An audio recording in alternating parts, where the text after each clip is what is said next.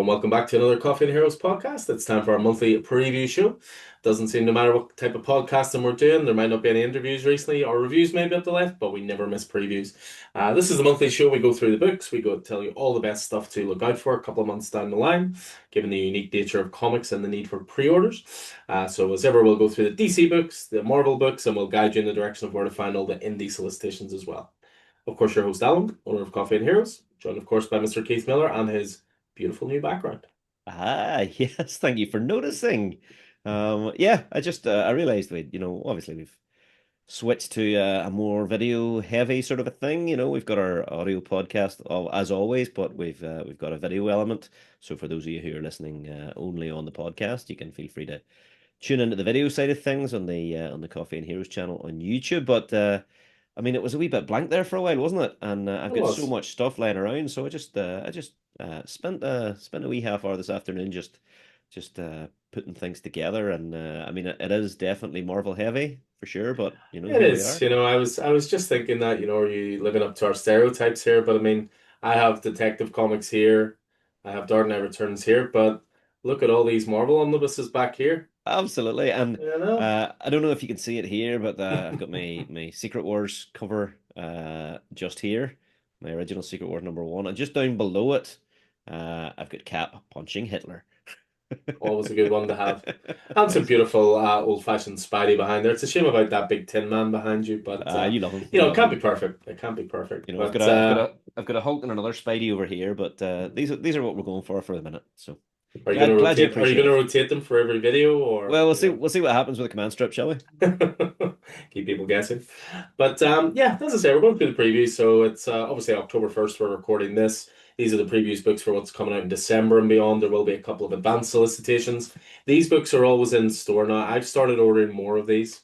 They don't cost us very much. It's like £5 for 25 copies, that kind of thing. So I always have these on every table in the store, but I'm now starting to have piles at the counter. So you're more than welcome if you see them there to take them home, peruse them at your own leisure. As stocks last, of course, I'm not going to order 200 of them or anything.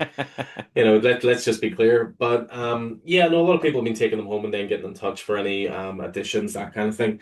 Because obviously we can't cover everything in the book, but we can certainly guide you to what we think are the best things.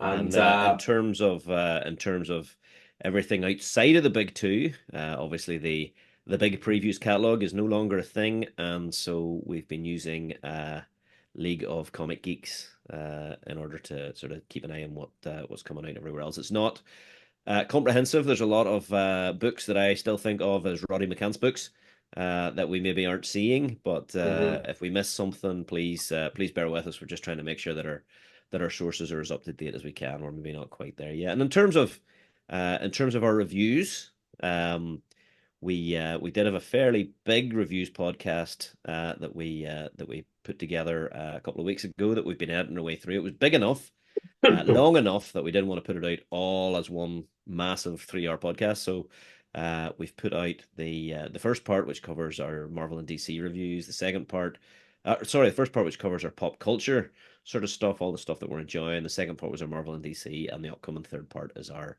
indie, which I think will probably be released in the feed after this, Alan.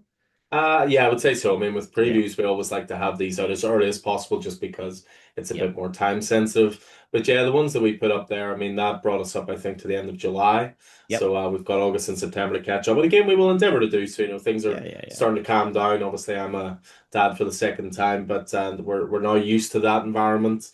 So Uh-huh. Wednesday recording should become a bit more, I can commit to it a lot more at the moment. We're trying to set up some interviews certainly at the moment as well. They're always a joy to do with some of the creators who are always so generous with their time. We've got ideas for book clubs. We've got Yep. ideas for lots of different stuff. So, and again, because we're starting to do this video format as well, this gives us an extra little incentive to keep doing that and putting in some more interesting stuff. So, but yeah, with these previews books, the cutoff date I believe is the 24th of October. So plenty of time to go through and let us know anything you want to add. Anything you're not enjoying, of course, get in touch with us. We'll always cut it straight away. We're not very strict. I mean, we find with pull lists, I mean, pull lists are the backbone. We say it all the time. Pull lists are the backbone of any independent comic store. It lets us know what to order. I have been up in my orders recently for certain things, and things have been selling very well off the racks. but that's not sustainable in the long term. I can't always guess what people are going to want. It's easy to sell a Deadpool Batman issue that's a one shot or a Batman #1 or that kind of thing. But when it comes to sort of ongoing series or part four of a five issue mini, things like that, it can be hard for us to order extra copies of that unless it's on a pull list. Pull list will always take priority. We do pull list before anything goes on the racks, just to make sure that you're guaranteed those issues on release day and always a cover price and always bagged and boarded. So, yeah, I mean, looking through the books this month, they're definitely very event heavy. We are, as I say, we're recording this on the 1st of October. On the 8th of October, DC's event DCKO kicks off with its issue one. They're now starting to settle into a pattern of what the tie-in books are going to be, certain one-shots that are going to be linked to it, and we'll definitely get into a lot of that in this DC Connect book. The absolute books are going from strength to strength at the moment. Again, we've taken maybe 20 new pull lists in the last 2 weeks, and I'd say at least three-quarters of those have at least two or three absolute books on it.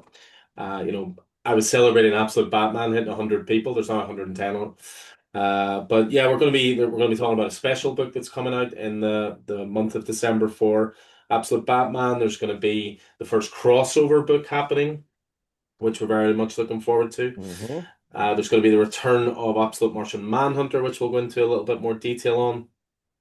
There's solicitations also for the second volumes of a couple of the Absolute ones as well. Great selection of DC Compacts as well. It's one of our favorite initiatives through Absolutely, yeah. DC Comics in the last couple of years. There's a stunning looking Absolute edition, and I know it's stunning when Keith's the one that puts it down on the notes. It's not even me. That's how you know it's good. And then we have a compendium for maybe a bit of a divisive piece of work, but definitely one of the most original works that certainly I read from the great old Vertigo days.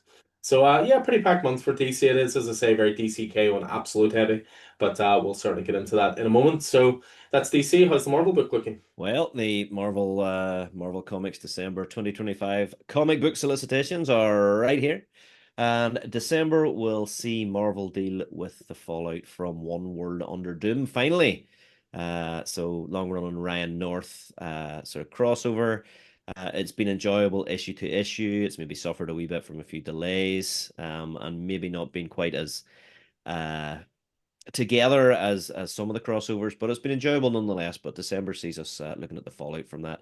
At the same time, as you might expect with the big two, Marvel will not be waiting too long to begin their next event. So Marvel caps off a monster year with line wide endgame surprise debuts and a few curveballs just in time for the holidays. The Ultimate line is what I'm talking about. That hits its boiling point in the form of Ultimate Endgame, the event that they used the 2 year existence of the Ultimate Universe to build up to. Magic in the Marvel Universe is going to get a bit of a shake-up at the end of One World Under Doom, who will be the Sorcerer Supreme going forward. And one very famous symbiote swings into a red and blue era. So that plus there's plenty of trade paperbacks and various other bits and pieces to get us excited during the festive season. I mean, we should just observe a moment of silence here for the Marvel book. As you flicked it up there, and I just caught sight of something made me very sad, but it's the end of the line. It is the end of the line. The Hickman Ultimate Spider-Man. But again, we'll get into that in more detail in a second. And then, yeah, when it comes to the indie stuff, as Keith said, we tend to use League of Comic Geeks for the most sort of up-to-date solicitations, and they do break it down by publisher, which is very, very helpful. So like Dynamite, for example, we've talked about it on the show many times before. Dynamite seems to be getting more and more of our money these days with some great licensed properties. There's a couple of holiday specials that are coming out, obviously, with this being the December solicitations. There is one of their main licensed titles is coming to an end as well, or one of the offshoots of it, I should say. Image is looking very, very strong for the month of December. I mean, we've got a #1 back from the 90s, which seems to be a bit of a theme at the moment. And Image, which is quite interesting. We've got a brand new Criminal single issue for the first time, I think, in 5 years. Obviously, Brubaker and Phillips are very committed these days to the original graphic novel format, but as I say, there's a Jan Says Criminal on the way. We'll go into more details on. There is a book that could not have been aimed more at me if it tried. There certainly is, yes. And I managed to get an advanced read of it, and it is absolutely brilliant. Again, we'll Very go good. into that. There's a Very good. long running Scott Snyder Charles Soule book coming to an end as well. We'll have a little chat Yeah. about that. There's some great collected editions, including a brand new one for Invincible, which is just a comic series that it's really interesting to me because see when Invincible was in single issues, you were the only person on it on a pull list. And ever since the TV show came along, people have went, hold on a second, this is great. And you Uh, can't keep it in stock. So any new uh, printings as a store owner is always welcome. So we'll have a little chat about that as well. And then a few other bits and pieces from other companies. I mean, Distillery, there's one of their best books is in a collective hardcover. Dark Horse have a couple of really nice hardcovers, including one of the best books of maybe the last year or two from Tom Keane and Bill Quaevely. And yeah, just a few other bits and pieces in between. So it's a packed enough month, but it maybe looks a little bit more reduced than normal. So maybe this is famous last words, but don't be expecting a 2 hour show here, guys. Yeah, I mean, December can be a funny one in the industry, can't it? It can either be, it depends on how many weeks there are in December, and obviously, around that last week of December, there's always Yeah. weird wee delays, and sometimes you get 2 weeks in one, or whatever else. So, but it seems a wee bit lighter than some years this year, and I am not complaining. No, not at all, because I think there's been a December or two in the past which have been like, what are you doing to us? There's so much in obviously being the gift giving season and all the rest. But yeah, still loads of great stuff to jump into, which we will do right now. And we'll kick things off, as we say, with the DC book. You'll see this lovely cover.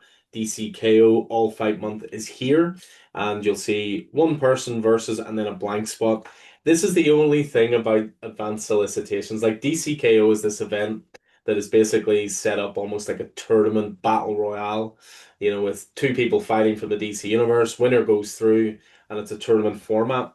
But when you're soliciting things for 2 months in advance, you really can't give out spoilers. Otherwise, what's the point? Yeah. And I So mean, what you'll this is just to have an idea of the format here. So we have DCKO, which starts in, is that next week, November? Next next week. week, yeah. So are we going to be 2 issues into DCKO? And I then think issue three will be coming out in December, I believe, uh along with these one shots and so forth. is it though? I think we've got one and two, and then we've got the one shots, and then I think we've maybe got three in January because I Yeah, don't that see seems. three in here. So this is we've obviously built the story up to a certain point where it's just going to be knockdown, drag out fights, and you probably want to read that message from Scott Snyder in the Yeah, absolutely. I mean, it kicks off the previous book, a message from Scott Snyder, who, of course, is so instrumental in everything DC's doing at the moment. Pretty much you know, coordinated the All In line, coordinated the Absolute line, and now doing DCKO. So when Josh and I, that'll be Joshua Williamson, we're coming up with KO, we realized that there's a point in the story where the big tournament all the characters are taking part in would have an all-out brawl section. So the result of that is a whole month of Slugfest fans have speculated about for decades. These are one-shot special issues that tie into the main story of DCKO and show the brutal face-offs between friends and foes alike. Some results will shock you, some may thrill you, but that's what this event is all about. Knockdown, drag out, brutal fun. So yeah, so they're basically taking the form of there's four one shots, and then there's four of these battles that are taking place in ongoing titles. Now, from what I understand, is that even if you're not reading these ongoing titles, you can just pick up this one issue, which ties into it. You can see here just from looking at the book, they seem to follow a bit of a format in terms of their cover presentations with the big DCKO logo and then letting us know who it is. So as Keith was saying these are all the one shots filling up December. So this is probably the midpoint of the event, I would say. yeah, yeah. And what's really helpful, and again, if you're in store and you want to look through the books, what's really helpful is you'll see at the bottom there, it talks about part one, part two, part three, part four. So, they are doing their best to make this as easy as possible because sometimes comics is not the easiest thing in the world to follow. So any help from, titles or numbering always helps.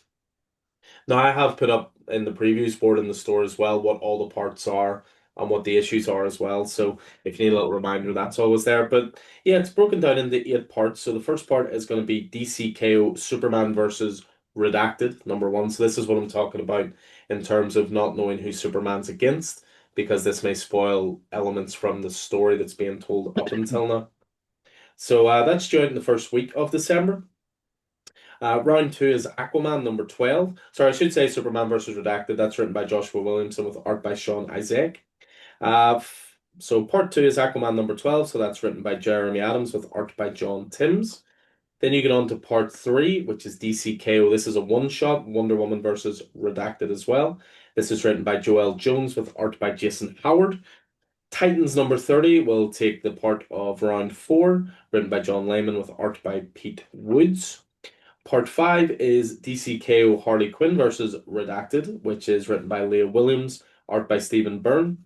Part six is The Flash number 28. This is written by Mark Waid and Christopher Cantwell. It's a heavyweight team right there, with art by Vasco Georgiev. Part seven is in Superman 33. That is written by Joshua Williamson with art by Hayden Sherman. Hayden Sherman. Moving on, I suppose Batman Dark Patterns is finished by this point. And then the last part is DCKO Red Hood versus Redacted number one. This is written by Scott Snyder and Joshua Williamson with art by Dustin Wayne. So I've got it set up in the store. If you want all these rounds, we'll take care of that. All you have to do is say, get me all 8 rounds, and we will fill in the blanks for you. We'll make sure you get the right issues. If you just want the one shots, you can do that. If you want to pick and choose, it's up to you. We've talked about this many times before when it comes to events. It's sometimes hard to know what's important and what's, filler sort of thing. So, our advice is usually either to pick the characters that you like, or if there's certain creators you like doing them. Me personally, I'm a big DC guy, of course. I'm going to get all 8 because this event sounds really fun. And the fact that there's no DCKO title almost softens the blow of how many titles I have to pick up in this month as well. So that helps a little bit as well. Mm-hmm. So I think they have planned this really well. So far, a lot of people have just basically said to me, "Get me all in." So, comic fans were nothing if not completionists. And I mean, if people go into the store and are looking for all 8, the code word that they need to say to you is, "Can you smell what Scott is cooking?" Is that it? Look at Keith pulling out a wrestling reference. My goodness, wonders will never cease. Maybe I should let you take that image title I'm looking forward Um, to so much. so I mean, do you think you would need all 8? I mean, they've billed it as round 1 of 8, round 2 of 8, round 3 of I think 8. because they're individual stories, I mean, as a completionist, I think you need all 8, but I can understand if you just want to follow certain characters, because let's be honest, you'll find out the result of them in the main Yeah, exactly. title. Yeah. So it's not like there will be information here that you absolutely need to know that won't be recapped down the line. Hmm. So, but as an event, I think it sounds really cool. I think that's 8 tie-ins to an event, plus there's a side book, which is DCKO Night Fight. So I think they're not being too over the top with this. I mean, Hmm. you go through the book a little bit more. There is the odd star here that says DCKO tie-in, such as Hmm. Justice League Unlimited, but I Or get night the fight. feeling Yeah. they're Hmm. less important than these rounds, so to speak. Okay. So Yeah. So I think, yeah, this round, as you say, this all in, you could probably, yeah. I mean, if I'm not interested in who Harley Quinn's fighting, then I'll not pick yeah. up, one Yeah, of these. absolutely. And I mean, don't get me wrong. Like I will order decent quantities of all of this. So it won't be a case of if it's not in your pull list, you're screwed. You can't get it. If you want to, wait, there will be some on the racks. It's just again, it's sometimes hard to gauge the popularity of something. I mean, we have I think around 30 people in DCKO so far. That number usually jumps up once the number one comes out. So again, just as a store, it can be a little hard to know. I mean, I'll give you an example. So this week, Absolute Evil came out. So Absolute Evil is a one shot, which is focusing on the villains of the Absolute Universe. It is a one Abs shot. it is a one shot. Okay. Absolutely fantastic issue. I read it this morning. I have 110 people in Absolute Batman, but I have around 60 on Superman and Wonder Woman. Hmm. So do I order about 70 of those? Or do I order about 120 of those? Yeah. Yeah. So Yeah. that those Yeah. those are big differences. So pre-orders just really help, guys. They really do. I mean, again, we will always do our best to satisfy any last minute additions, but pre-orders really are, as was said before, it is really the lifeblood of stores because it lets us know what to order because those are guaranteed copies to be picked up. Um, cool. Good stuff. So that's, I mean, that's quite a run of stuff. It's interesting because I think there's been a slight misprint in this book. They've Uh, double printed pages, they've and it's double in printed all of pages. them. Yeah, Yeah. absolutely. So they've double printed pages, and I think in doing that, they have missed out that there is actually an issue of Absolute Batman released this month. Hmm. So Absolute Batman 15 isn't listed in this book, but is released this month, and that is the reunification of Scott Snyder with your friend and mine, Jock. And Yes, looking forward to that. They're working. They've been teasing that a lot on social media. There's a lot of Joker designs and stuff like yeah, that. and that So that Joker design is horrific. yeah, I mean, Joker's already horrific in that he wears a suit made of babies, but that is absolutely horrific. But in the book, certainly one of the things that could be interesting is there's an Absolute Batman Arkham special #1. Now, whenever I read the paper book, I thought that was in place of the Absolute Batman yeah, release, but it clearly is not. So that's by Frank Thierry and Scott Snyder and Joss Hickson, and it's into Arkham now. Arkham is the Absolute Batman's version of, I guess, Arkham yeah. Asylum, and it's where they're doing a lot of experiments on these Hidden different underground. hidden underground, and it's associated with sort of corporate bodies and Bane, and of course they've experimented on our Bruce Wayne here as well, filling him full of venom. But this is the origins of the enigmatic Arkham are explored. What terrible secrets lie within its walls, and just who is assigned to protect it from discovery. So certainly looks interesting. Probably fairly core to our absolute Batman mythos. Would you say?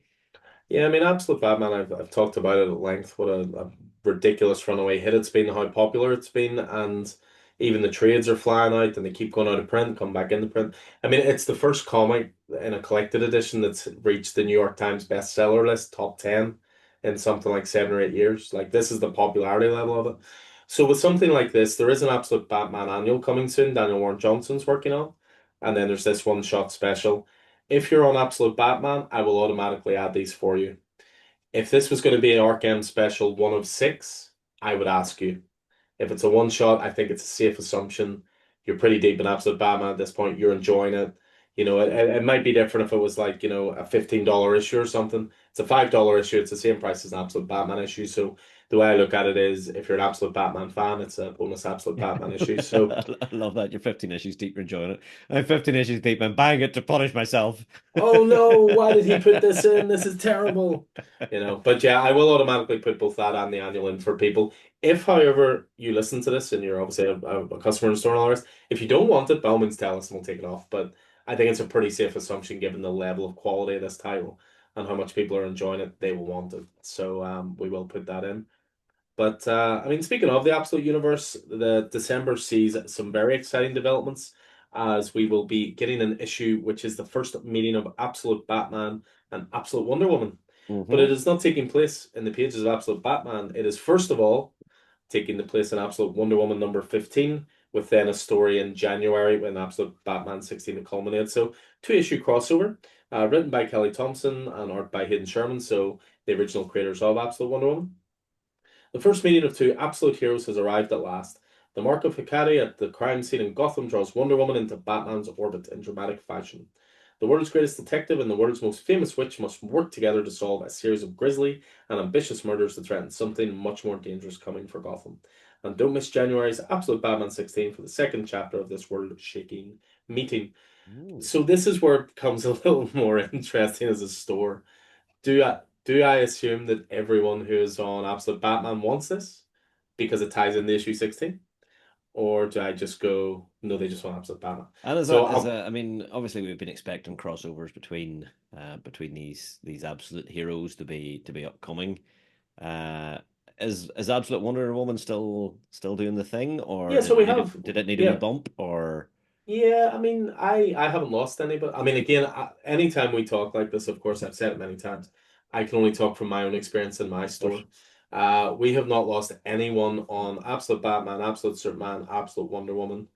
We've lost the odd person on Absolute Flash, the odd person on Absolute Green Lantern, and we haven't lost anybody on Martian Manhunter because that's such a stylish book. I think if you buy into that after issue 1, you're in it for the long haul. Probably. So with Absolute Wonder Woman, we've only seen numbers go up, but it's sort of we've got in like the 60s. I think it's like 63, 64 on it.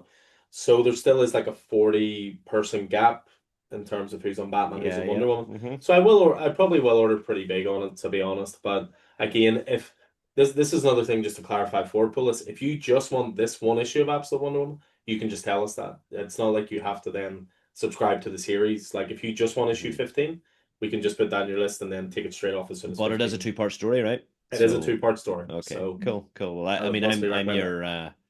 I'm your test bed for that because I did drop off Absolute Wonder Woman. Just as I said, no one has dropped Absolute Wonder Yeah, Woman. yeah, yeah. I You mean, just had to be the exception to prove the rule. not at all, not at all. But I definitely consider whether or not I want that one issue just to cross over into the story Yeah, of that's absolutely Batman, fair. which I am still collecting. So cool. So as well as the Absolute Universe, another thing definitely worth mentioning is Absolute Martian Manhunter makes its return in December. They did a really good thing with Absolute Martian Manhunter. They took a 3-month break to ensure it's the same artist for all 12 issues. And for such a distinct book like this, I think that was essential. I Absolutely needs it. Yeah. Yeah, I think with other books you can do like little 2-issue story arcs and you know explore a different corner of the title or that kind of thing. But this one is very unique out of all 6 books. So it's great to see that Dennis Camp is writing, obviously, and Javier Rodriguez on art. So it'll make its return at this point. Absolute Martian Manhunter Volume 1 will be out in trade by this point. So you can catch up there. And then if you like that and you want to jump onto the singles, you can jump on here at 7. So after the mind-altering events of the White Martians' first foray on Earth, the Agency, a shadowy group with unlimited governmental authority, comes to investigate the strange occurrences in Middleton. John must juggle his job, hiding the Martian, his expanding abilities, and his crumbling relationships, all while living out of a motel. Meanwhile, Bridget wrestles with the revelations of John shared with her before his departure while single handedly taking care of Tyler. So, yeah, I mean, Absolute Martian Manhunter is up there. It is a fantastic book. So Um, strange. So strange. but in a good way, it Yeah. doesn't feel like, Not inaccessibly strange. yeah, I mean, I Yeah. think interesting, I think Dennis Camp's one of those writers because I know, for example, Assorted Crisis Events wasn't for you. It No. was maybe a little bit too Yeah. strange. Offbeat. Too offbeat. Yeah. I really enjoy it, but I can Yeah. see how people wouldn't enjoy it, sort of thing. But I think Martian Manhunter, he's just towing that line pretty perfectly. Yeah, yes. And I Absolutely. think the art is a big part of that. So again, that's why I think it's so important that they keep the same artist the whole way Yeah, through. yeah. And then but then the same writer is also on the Ultimates, which is, something that, I'm finding brilliant. Yeah, also true. Also true. Yeah, definitely worth mentioning as well that I mean these are advanced solicits, so it is a bit of a shame to mention it in this way, but I'm going to do it anyway because they're solicited. But they've solicited for the next volumes of Absolute Superman and Absolute Wonder Woman. Hmm. Absolute Batman was already solicited in last month's book, but Absolute Superman Volume 2 will be coming out at the start of March, and Absolute Wonder Woman Volume 2 will be the middle of February. So in both cases, that's your complete second arcs, taking you up to issue 12, I believe, of Absolute Superman and up to issue 14 of Absolute Wonder Woman. Again, DC are doing a really good thing at the moment where they're releasing trade paperback and hardcover on the same day. So it's up to you what format you prefer. Lovely. The Lovely. companies used to be terrible for putting out hardcovers first because that was a more expensive option and then bringing the trade out later. I like that they do this because we do have people who like both formats. So Yeah, great to absolutely. see. Cool. I mean, you do find this a wee bit around December time. You find a few more advanced solicits because of the nature of you having to place the order before Christmas and those Yeah. things coming out after Christmas. So likewise, these two DC compacts are also slight advanced solicits. But what two compacts? Oh my goodness, yeah. So the final order cutoff for both of these is November 10th and November 17th, with release dates on January 20th and February 3rd. But these are, I mean, I think, we've talked about it before. DC Compact Comics editions are certainly my favorite thing that DC are doing. I think there's very few of them that I haven't picked up. I just come into the store. If there's one sitting that I am in any way interested in, I'll just grab it because it's that lovely price point, that lovely format, but Lovely spine design. lovely spine design. Please don't change it. Uh, so yeah, the first of these is the DC Compact Comics Edition trade paperback of Batman Gotham by Gaslight. That's by Brian Augustin and Eduardo Barreto with cover art by Mike Mignola. Step into the shadows of Victorian Gotham, where the Dark Knight confronts Jack the Ripper and a mad prophet in his genre-defining Elseworlds classic. Before Elseworlds became a staple of DC storytelling, there was Gotham by Gaslight. This groundbreaking tale transports Batman to the gaslit streets of 19th century Gotham, where he faces the terror of Jack the Ripper in a battle of wits and shadows. With its dark atmospheric visuals and gripping narrative, this story redefined the boundaries of Batman's world. This saga continues with The Master of the Future, a thrilling sequel where Batman contends with a deranged prophet seeking to halt Gotham's evolution into the 20th century. Both stories deliver a unique blend of gothic aesthetics and superhero intrigue. It's a volume that collects Batman Gotham by Gaslight #1 and Batman Master of the Future #1, both of which were oversized. So this is 120 pages. Well worth a look. And then the second DC Comics Compact Comics Edition trade paperback release is the fantastic, slightly more modern Batman White Knight by Sean Gordon Murphy. So yeah, I mean we collected that in floppies, but great to see it in this edition, and I will certainly pick it up. The Joker is cured, the Crown Prince of Crime. Now Jack Napier sets out to save Gotham from its greatest threat, Batman. As Napier exposes corruption and rises as a civic hero, the line between savior and villain blurs. With stunning art and a gripping story, Sean Murphy's bold reimagining tells the story of DC's greatest rivalry like never before, collecting all 8 issues of the groundbreaking series for 216 pages, again at that $9.99 price point. So that Yeah, I those mean, are I'm both guessing you're reading fantastic. that from online because there's definitely a misprint in the DC book because it says that it is 992 pages. That would be a Oh, heck of a compact edition. that's not quite a compact edition. Yeah, I mean, I think if it was going to be 992 pages, it would probably have White Knight, Beyond the White Knight, Curse of the Yeah, White Knight, yeah, yeah. all in one. But no, guys, this is just the 8 issues of Probably Batman White probably Knight. Sean Gordon Murphy Zorro in there just to make up the space. You might be right. You might be right. And then just two more editions just to finish off on the DC book. I'd mentioned about an absolute edition in the intro that even Keith had even caught Keith's eye, and I'm Oh not surprised yes, because this looks glorious. So it this really is does. 2 years in the making. Welcome to the definitive edition of Crisis on Infinite Earth. So this, of course, is a Stone Cold DC classic written by Marv Wolfman with art by George Perez. George I'll just, Perez. just to show up here some of the preview material for it, the absolute sleeve there. You can see some of the art recolored and redone here. So yeah, revisit the legendary event that changed comics forever. Remastered from Jerry Ordway's original inks and original artwork provided by fans worldwide, with original colors restored and all the fine details that never made it to print ever before finally captured. Escape into the sprawling epic of Crisis on Infinite Earths 1 to 12 and wondrous mythology of history of the DC Universe 1 to 2 like never before. Also featuring in celebration of this masterpiece a nearly 250-page behind-the-scenes companion book. Discover the making of this groundbreaking work through the original memos, outlines, scripts, pencils, artwork, retrospective essays, fold-out covers, never-before collected material, and more. And as a special bonus, Jerry Ordway remastered and inked the original George Perez pencils provided to Alex Ross for his legendary Crisis painting. Behold the long-lost beauty behind the painting with this never-before completed, until now, Perez piece presented as a multi-page fold-out with colors by Jose Villarrubia. I mean, it sounds like you couldn't get any more definitive than that. Yeah, It's should seven. Sorry, man. sorry, go ahead. I Go was just ahead. going to say it comes in at 716 pages. This is one of the absolute editions, so it comes with those lovely cardboard sleeves. Oh, lovely. It is $125 book, so that'll come in about 110. We'll sell that for about 100. We always knock off around 10% from It's the RRP. worth noting that while this is a final order cutoff of 10th of November, it is not released until the middle of next year. So this is one of those ones where they will probably take the final order cutoff and then print on demand. Print to order. Yeah, I mean, Yeah, absolute editions are like omnibuses, they're obviously expensive books. They're quite time intensive to print as well. So again, this is where pre-orders really do become essential. I mm, mean, I could order 10 of those in and maybe 5 of them sell, the other 5 never sell, I don't know. Or I could order 3 of them in and there's a demand for 20. It's yeah, just hard to know. So it's the kind of thing, if you've any interest at all in sort of classic DC mythology. If you've never read it before, of course, this was, almost DC's answer to Secret Wars, in terms of yeah, a yeah. giant event. It was all about collapsing all the DC timelines into one unified timeline.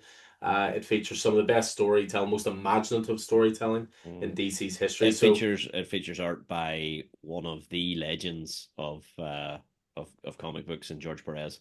yeah. So if you've never read it Absolutely. before, this is a perfect way to do so. if you have read it before, by the sounds of it, this is going to be the absolute definitive version of Yeah, it. So, yeah. It's suffice to say, that will be straight on to my and own with that personal. May 26th release date, I think that's something that whenever Brona inevitably asks me what I want for my birthday, I could definitely kind of go, well. I'm messaging her right now. And then just one last one from me, just to finish off the DC book. DC have been doing something really good in the last couple of years as well. They've been doing compendiums.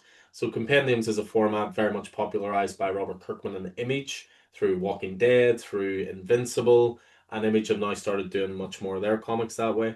So their compendiums were 48 issues at a time. They were paperback rather than hardback bounds, and they always carried about a $60 price point. DC have started doing them. They've done like some great runs of Nightwing, Night in Bloodhaven. They've done Tim Drake Robin. They've done Sandman Mystery Theater.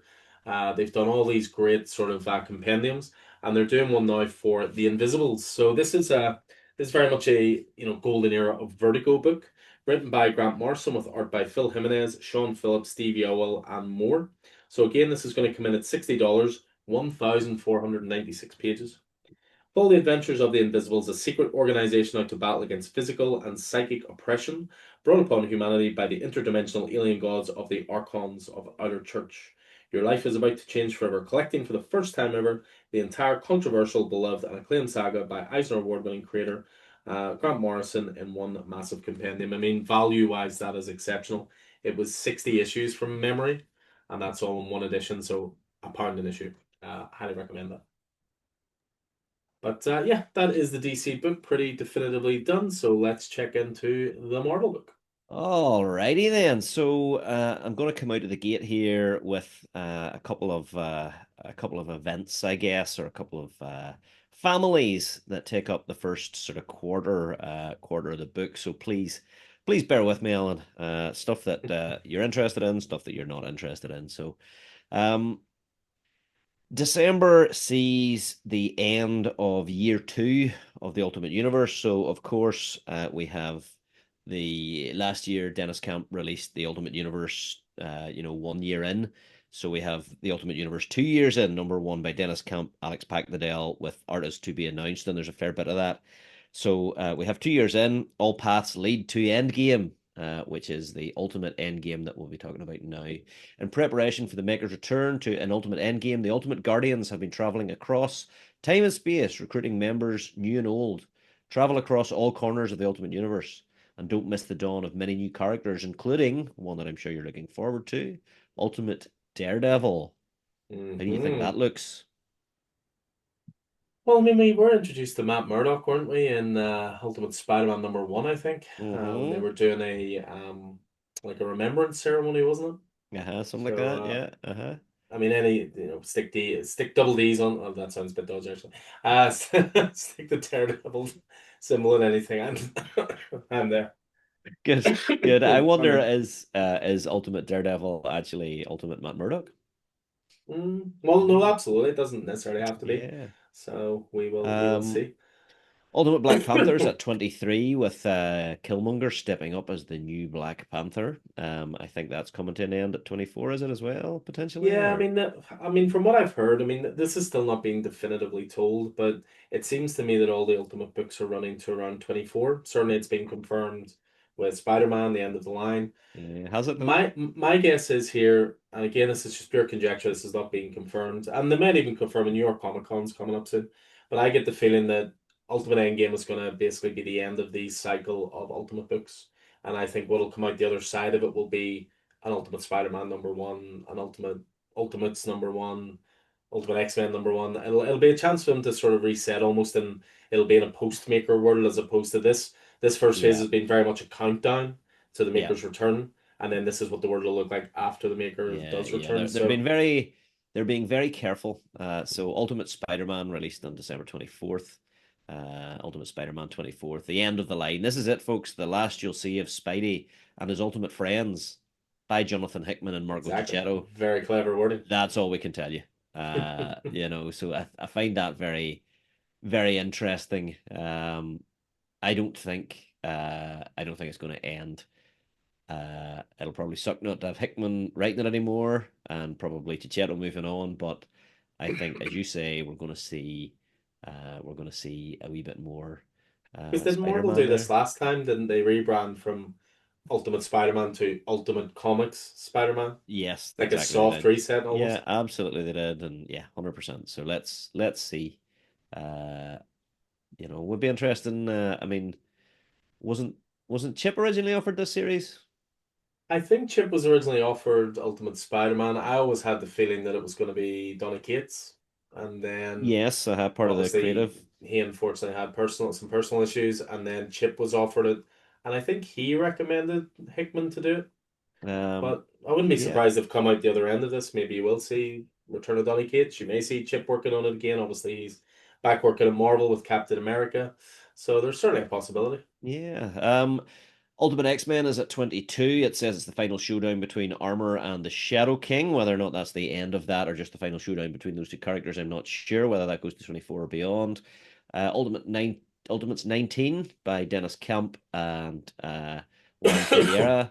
It's Stung by the Wasp, the Ultimate Betrayal. Obviously, we know that Wasp has been a bit of a double agent, and with the Maker emerging, her treachery must be answered for.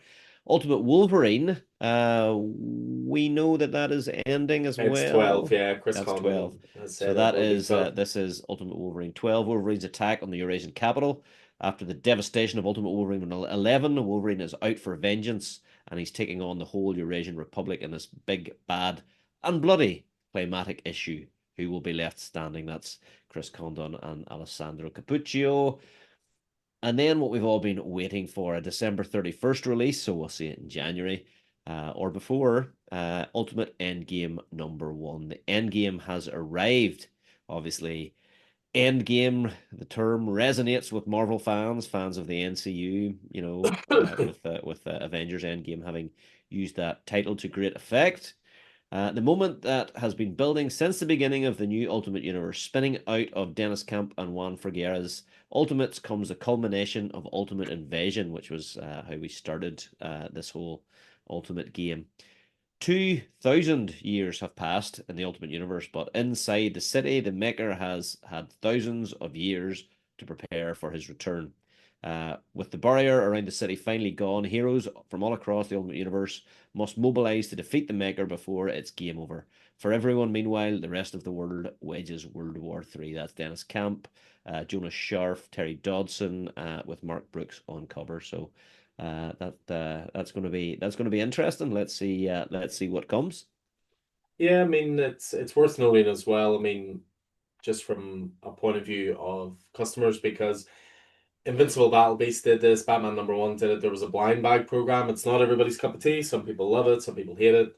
But it's worth mentioning that Marvel will be doing a blind bag program for this one. Hmm. For Ultimate Endgame, it says True Believers blind bag also available. Each blind bag contains Ultimate Endgame #1 with either one of the covers listed above. So there's variants by the likes of Chip Zdarsky, Dan Panasian, Alexander Lozano, Peach Momoko, Scotty Young, etc. It may feature a blind bag exclusive Virgin variant by Mark Brooks, a blind bag exclusive Homage variant cover by Stonehouse, or one of several rare blind bag exclusive variant covers by surprise contributors that will remain unrevealed until the issue's release. So, with blind bags, we'll probably order a couple of them in. I don't tend to order big on them because I don't always have an awful lot of demand for them. But some people love them. It's like opening a pack of trading cards and not knowing what you're going to get. So it's that surprise element. So if that's something you're interested in, just let us know. Sweet. And so ends, but probably not, the Ultimate Universe. Um, so I think that Ultimate Endgame is what, 4 issues? Five. 5 issues. Five Yeah. issues. The One of classic, the five. classic Marvel number. But interestingly, as we segue into Age of Revelation, the big X-Men event, for the first time in these books, we're finding out that all these series are 3 issues. This astounds me. As a Yeah, retailer, for us absolutely. to finally find out that these are only 3 issues by the last issue, because we'd sort of guessed it might be four, and obviously in a Hmm. nod to Age of Hmm. Apocalypse, Hmm. but now we have confirmation that these are all going to be three Mm. issue series. I wonder, Alan, have they always been 3 issues, or was it a case of let's play it by ear and see how it goes? I mean, it's again, I can only talk of my own experience. Yeah, We are we do not have lots of people hyped for this series. We yeah. the X books recently, and I mean, you can correct me in this because obviously you read far more of them than me, but the X books recently for me seem to be struggling to find an identity. a little bit, and books are being cancelled at 10 issues, and maybe this book wasn't as successful as we thought it would be, so we're going to cancel this. It seems in the aftermath of Krakoa, I think they almost regret ending Krakoa. Yeah, maybe. I mean, the end of Krakoa sort of struggled as well, but then they flubbed that a wee bit, didn't they? In Yeah. terms of Jonathan Hickman's original plan. Um, maybe, I mean, you know, from my experience in the store, I'm seeing this Age of Revelation not as a jumping on point for people, but a lot of people but are a jumping off jumping off point. Xbox, Yeah, yeah. and I then mean, I'm and not. then they're holding steadfast to see what the plan is post Age of Revelation. Yeah, abs 100%, 100%. Now, I mean, I would say that, I mean, you've got some top quality writers sort of on here, the likes of Jed MacKay, who's doing, I think, very good work on the core X-Men book anyway. We've got Saladin Ahmed, who's on the last Wolverine, who was on Wolverine, um, and all of that. But I mean, there's only some of them I'm picking up. Uh, the original Age of Apocalypse, the way they did that was fantastic. It was very, very cool. Maybe the comic reading community is no longer ready for that. Maybe it's not the time for it. Maybe the line Hmm. isn't strong enough to do something like that. But I'd rather, I would rather see them take a punt on something Yeah, and invest in it and see it through rather than not do a thing at all. Do you know what I yeah, mean?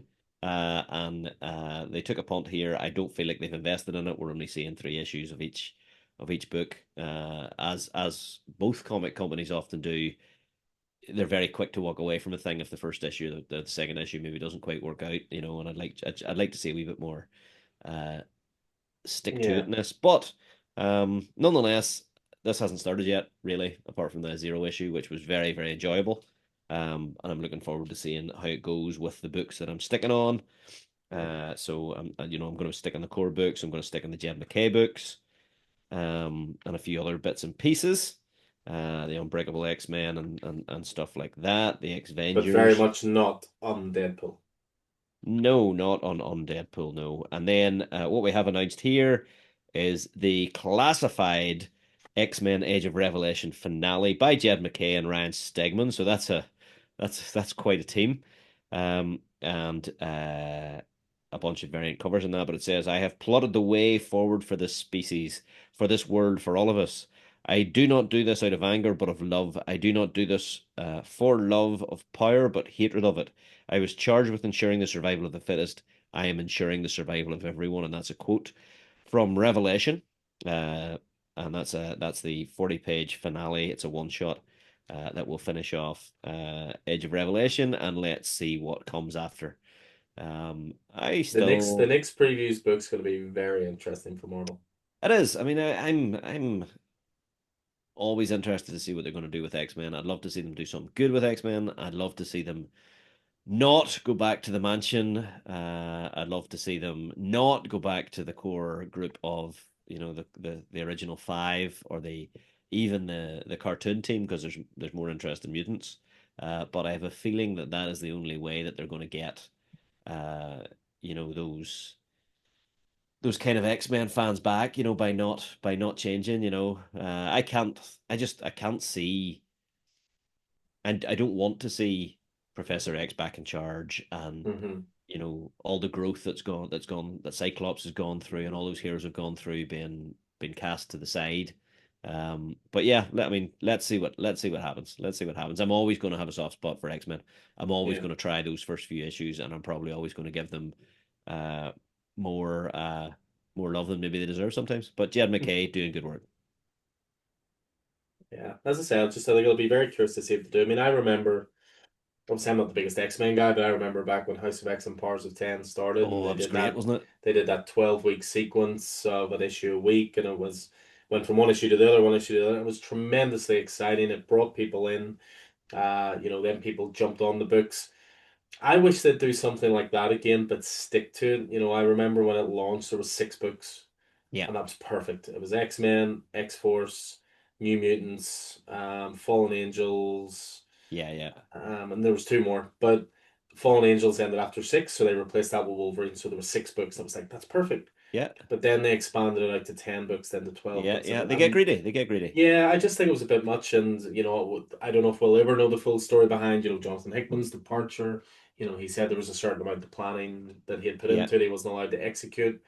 So I just want to see that. I want to see excitement around X-Men again. yeah, I get the totally. feeling with Age of Revelation, there's been a little bit of an eye roll of, didn't we just relaunch X-Men with, new teams, and we're Yeah, doing this already? yeah, And yeah, yeah, and yeah, as a store owner as well, but also as a comic fan, you want the excitement, yeah. and it seems very muted for this. But maybe I'll be proven wrong. Maybe the first issues will hit and 100%. people will go, "This is incredible. I didn't expect this," and we'll see. We'll If see. people are already looking beyond it, then maybe that's where to focus. But yeah, I'm certainly looking forward to. But then I was there for the original Age of Apocalypse, and I loved it. Well, you bleed So Marvel, so yeah, well, maybe. Um, Speaking of which, we've got a one shot on the Magic side of the Marvel universe that is coming, I think, as a capstone on One World Under Doom. So that'll be finishing off in November, and we're gonna have the fallout from it with Sorcerer Supreme #1. Now, weirdly, in yes, the previous I've been books, looking forward to hearing this. I yeah, want to hear an explanation for yeah, this. I know. So weirdly, within the previous book, it's listed as writer M and artist M. This is writer Marvel and artist Marvel. Yeah. They're not announced online. You can see they've listed Steve Orlando and Bernard Chang. Are they just trying to hide Steve Orlando? Is that what it is? Yeah, I mean, maybe at this point, I don't know. So I don't know. So that obviously online gets updated a wee bit more regularly than a previous book. Yeah, So yeah, Steve Orlando, a writer who I have not loved but come to appreciate through his work on 2099. Um, Whether that's because of my love of that particular line or whatever. But here we are anyway. So the Sorcerer Supreme is dead. Long live the Sorcerer Supreme. In the aftermath of One World Under Doom, a new power rises, one willing to defy tradition, break every rule, and chart a bold new path. Will this rogue Sorcerer Supreme bring magic in the Marvel Universe to new heights, or leave it in ruin? So, obviously, coming off the back um, of Doom having the mantle of Sorcerer Supreme, Doctor Strange, Stephen Strange is not quite back where he needs to be, as we'll see in just a moment. So, who will be the new Sorcerer Supreme on the cover? We've got a raft of different people, including Storm, Gambit, Captain Marvel, Magic, Shang-Chi, Scarlet Scarlet Witch. Witch, Magic. Oh, it said Magic already. I think that's maybe Is that what do you call Franklin? her? No, that's not Franklin. It's the daughter, Oh, okay. Valeria. Is Uh, Clea there? Clea is down there at the bottom, I think. So yeah, there's a bunch of heads there, and no doubt none of them will be the Sorcerer Supreme that we're looking for. So yeah, so that'll be interesting. I'll definitely pick up that one shot. And then we have the launch of a new Doctor Strange series. So we had Doctor Strange, Strange of Asgard, the Surgeon Supreme of Asgard, or whatever it was, by Derek Landy. There, that was I think, a 5 or 6 issue mini that was quite enjoyable. But we're relaunching Doctor Strange with Doctor Strange 1 by Derek Landy and Ivan Fiorelli. Stephen Strange stranded. After becoming Sorcerer Supreme of Asgard, Strange lost his chance at redemption and revenge against Doom. When Loki murdered Thor, cutting Midgard off from the other 9 realms, with no way home and few allies remaining in Asgard, Strange travels to Alfheim to investigate an emerging crisis. But on an unfamiliar land, can Strange prevent elves and angels from going to war over a mysterious coffin? Maybe with some help from Heaven's own Angela. Derek Landy and Ivan Forelli join forces in a bold new era of Doctor Strange and will take him on a true journey into mystery. So Derek Landy did great work on that last Sorcerer Supreme of Asgard mini. So I am very much looking forward to what he brings to the table here. Um, I'm enjoying the Stephen Strange as a man out of his own place. Hmm. He's no longer in our dimension. He's in Asgard and he's in the different realms of around Asgard, and he's really out of place, and I'm very much enjoying seeing him off balance. It's pretty cool. Yeah, I mean it is interesting because Doctor Strange has floated about quite a bit in the last few years. There's been, you know, short mini series like Jed McKay did it where like the title would slightly change, would go from Doctor Strange to just Strange and Well, I mean that's Death of Doctor classic. Strange and Yeah, yeah, that all that kind of was stuff. that's classic Jed McKay. That's I mean again, I Yeah, he's think really Jed found the niche for himself doing that, hasn't he he? has Within Moon Knight, he especially. yeah, exactly. That's what I was gonna mention. And I mean, I think he is someone who understands that the big two are gonna like a number one, and he can therefore, keep the same creative team, give them what they want by giving them a new number one occasionally, but also he does it very well because it's usually around a twist or a turn in the story arc. Hmm. And he did that with the death of Doctor Strange, but then led it, as you say, into Strange, and that was not a short run. That was quite an appreciable run of Yeah, it issues, was. like his run on Moon Knight, which Well, has that's it been with Moon Knight yeah, being, Moon Knight and Vengeance of the Moon Knight and Fist Fist of of Khonshu and stuff Khonshu. like that. Yeah, So yeah, it is so quite interesting. a nightmare to keep an eye on if you want to read it in order on your CLZ, or in fact probably for a comic store if someone's trying to collect Moon Knight. But Well, the good news is that we have Moon Knight by Jed McKay Omnibus Volume 1. And out this week came Doctor Strange Omnibus by Jed McKay. brilliant, perfect. So There we go. reading order sorted. Also, what came out this week, just as we were talking about X-Men there, I've picked up a copy for myself, is the first Dawn of X Omnibus.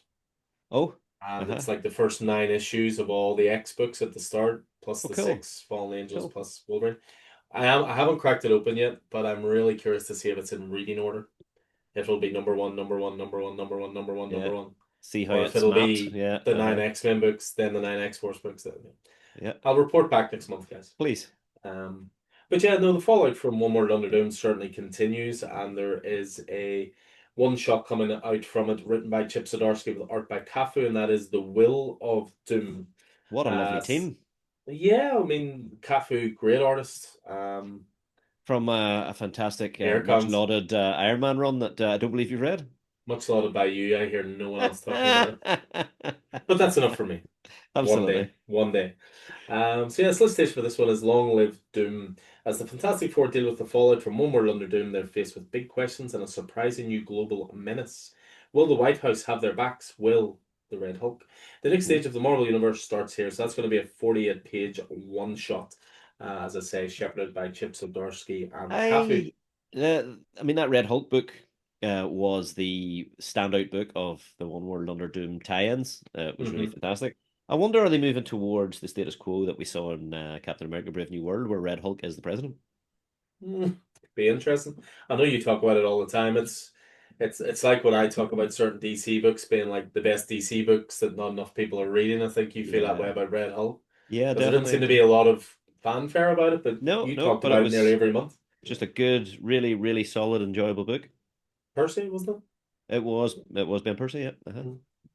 it? But speaking of Chip Zdarsky, we've got a little jumping on point now for Captain America. So Captain America #6 hits in December. I've really enjoyed the first few issues of Cap so far. Written by Chip Zdarsky. In this case, the art is by Delio Diaz and Frank Alpizar. Cap returns to present day for an all-new era. The aftermath of One World Under Doom has brought Latveria to the brink of civil war. Captain America deploys to protect civilians and investigate rumors of a weapons stockpile. But when the United Nations Security Council adds their own loyal super soldiers to the mix, it becomes clear that everyone wants a piece of Latveria, no matter the cost.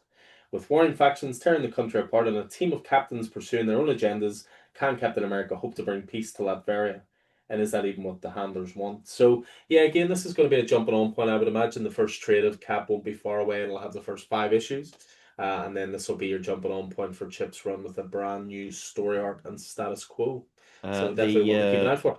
There's a great double page spread with Valerio Schitti's designs for Captain France, for Red Widow, for the Star, and for Captain Kingdom, and they just look cool.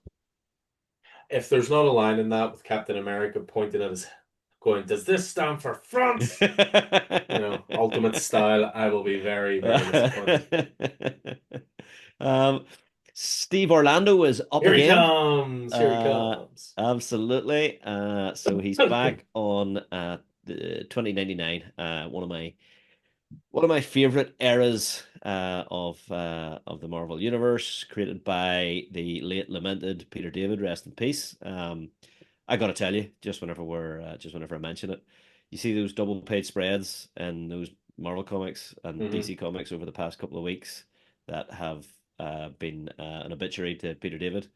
Yeah, They make me very sad. They make me disgusted because obviously Peter David, a legend who wrote all across Marvel and DC, and if either of those companies had put their hand in their pocket, they could have saved that man's life. Uh, yeah. just horrible Instead of stuff. putting out these, token Yeah, obituaries a few months later. exactly. Just apologies to slow it down there, but I thought it was worth mentioning again. Uh, as Peter David created Spider-Man 2099, which created this entire sort of line of books, and this is Steve Orlando on the End 2099 number one. One future ends and another begins. 3099. From the ashes of the Age of Heroes, a new generation of vigilantes like Spider-Man 2099, Nova 2099, and Red Hulk 2099 emerged in the dystopia that followed to forge a bright new future, a future that has come to an end in the face of Abyssus, a horrifying fusion of null-infected Galactus. Oh, interesting. As the Devourer in Black descends upon the world, a deal is struck with the devil, literally as Mephisto bets the fate of 2099 in a brutal battle of survival, pitting the warriors of 2099 against fan favorite characters from across the multiverse like Edge of Apocalypse era Wolverine, Claremont Byrne era Cyclops and Marvel Girl, and House of M era Wanda, and so many more, each battling for their own universe's survival. It's hero against hero in this no holds barred war against extinction. But as Marvel's past and present duke it out, only one thing is certain: the future is coming, and it's arriving in the form of Spider-Man 3099. That sounds mental. I was going to say, it's almost like you hadn't read that solicitation yet because as you were going through it, you're like, ooh, Yeah, ah, absolutely. ooh, So that's. that's one of five, which is kind of the same as the past number of Spider-Man 2099 series that Orlando has done. So Mhm. yeah, let's see what that brings. That sounds really cool.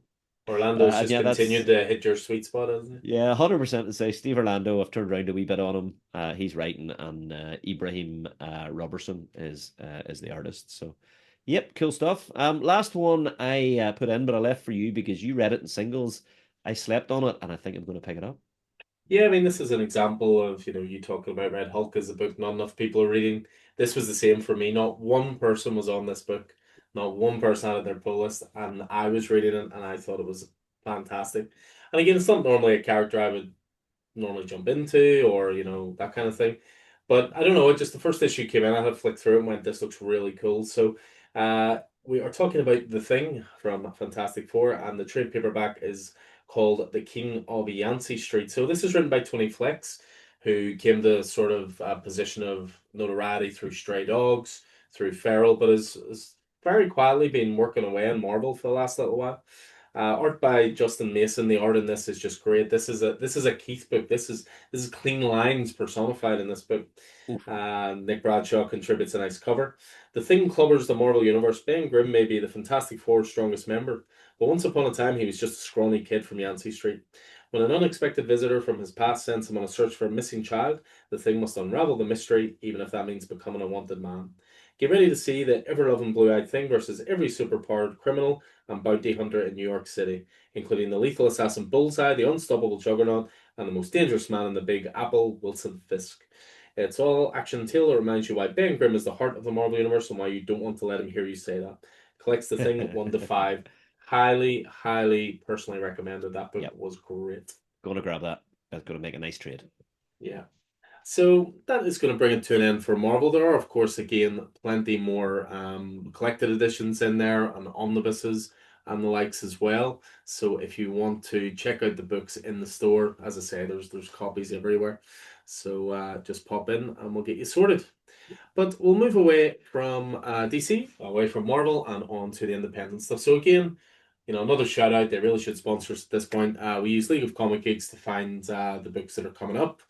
They break it down into the different publishers, and therefore making it quite easy for us to have a flick through and see what is the most desirable books. And As we mentioned in the intro, obviously this is the solicitations for December, so there are a bunch of holiday themed books. Yes, very much so. And of all companies doing big numbers on these types of books, I did not have Dynamite down as the forerunner here. But believe it or not, the first one is The Terminator. Santa Claus is coming to town. These kind of things can only exist in comics. So written by Paulina Ganoshu, art by Kendall Good. It's Christmas Eve in Skynet's apocalyptic. This sounds great, right?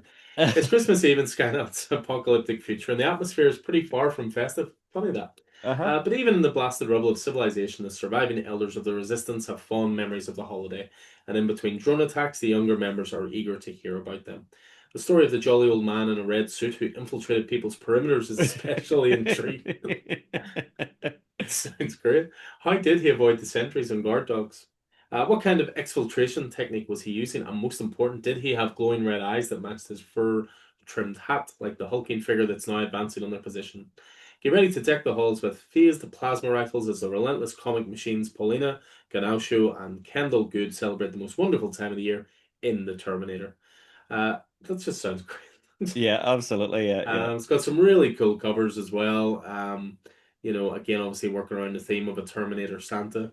So definitely give that a little check out. Now, Not only, if you could possibly give the title for this, it's the oomph that it requires. I mean, my child is asleep right now. But I will do it anyway. So as we said in the intro as well, I mean, Dynamite have been doing some great stuff with licensed properties. They've been doing Terminator stuff. And another thing they've been doing great is in Thundercats. Now, if you're going to do a Thundercats holiday special, you know the call of the Thundercats. This was inevitable. I'm glad to see them using it. It is, of course, Thundercats Holiday Special 2025 number one. I hope that was sufficient. Perfect. Well done. So yeah, while on a mission in the snowy mountains of Third Earth, the Thundercats stumble across Snowman, the last of his people, on the eve of the Festival of the Claw, a day of celebration, food, and gifts, and a time for Snowman to pay tribute to those he's lost. With no others of his kind remaining to pass his traditions on to, Snowman shares them with the Thundercats, who understand all too well the need to persevere in the face of overwhelming loss. Meanwhile, just outside of Snowman's mountaintop village, Queen Tatara's royal guard are preparing to use the holiday as a perfect opportunity for a surprise attack. But even on this hallowed occasion, not every Thunderian has let down their guard. Acclaimed Thundercats lost author Ed Brisson and renowned artist Fabio Gallo get the party started in this special 40-page one-shot. And once again, we have a blind bag program for this as well. So each mystery blind bag includes two separate copies of the issue, both of which are exclusive to the blind bag. One blank Authentics edition and one of 5 unique variant cover art editions as well. So if the blind bag interests you, do let us know. But the festive fun does not stop there in Dynamite in No, December. it certainly does not. And this was one of the nicest winter specials of 2024. So I'm glad to see it back again for 2025. They kind of did a GI Joe like silent issue Mm-hmm. last year, and they're doing the same this year. So this is Gargoyles Winter Special 2025, number one. This is by Gargoyles creator and writer Greg Weisman, with art by Nate Crosby and with help writing by Nate Crosby and art by Gargoyles artist George Kambadius, with Jay Lee on covers. Gargoyles Winter Special 2025 number one, Ghosts of Winter's Pasts. For Elisa Maza, December is bittersweet. She loves the snowy streets of New York City and the bustle of the holiday season, and having a gargoyle boyfriend who carries her above the skyscrapers to see all of the festive lights is a pretty great perk. But the month also reminds her of an unsolved mystery from her first year as a detective, a baffling break-in that featured odd clues, a stolen family heirloom, and vague descriptions of a lumbering thing that was only seen in the shadows. As she tells Goliath one icy winter night, the fact that she is never able to crack the case still gnaws at her, even after all these years, and that's all that Broadway needs to overhear to convince him to don his private eye trench coat and reopen the investigation, accompanied, of course, by Bronx and his bull terrier pal, Lance. Co-written by Gargoyles creator Greg Weisman and Nate Cosby and illustrated by George Kambadius, this 40-page one-shot uncovers a chilling new chapter in the saga of the Stone Guardians, frosted with crystalline covers by Kambadius, Jay Lee and Jun Chung, Roger Langridge and Alessandro Ranald. Great. So this is actually a continuation of 2024s in some way, because I think that little bull terrier that Bronx is pals with was the dog that he rescued in the 2024 winter special. Mhm. Heartwarming stuff. So yeah, very much looking forward to that. Moving So on, by the sound of it, you will be reading three Christmas specials over the festive period. I will certainly be reading a couple of those, and I might even chance the old blind bag for the Thundercats. The They Thundercats always Women's get you Day in the end. special. They Well, all. no harm, no harm. There is one more that I'd like to chat about, moving away from the festive side of things, but staying with the Thundercats side of things. We mentioned Ed Brisson and Thundercats Lost earlier on. That's been the sister series of the main Thundercats series.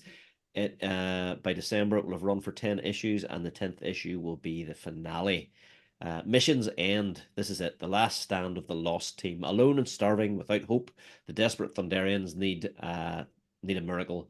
But when a shadowy figure suddenly appears in their midst, will the mysterious stranger prove to be their savior or their nemesis?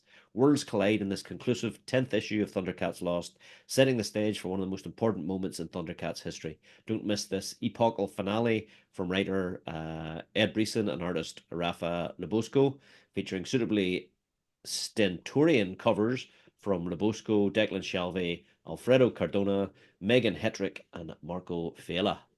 So that'll be the end of that, and that ends our venture into Dynamite for December.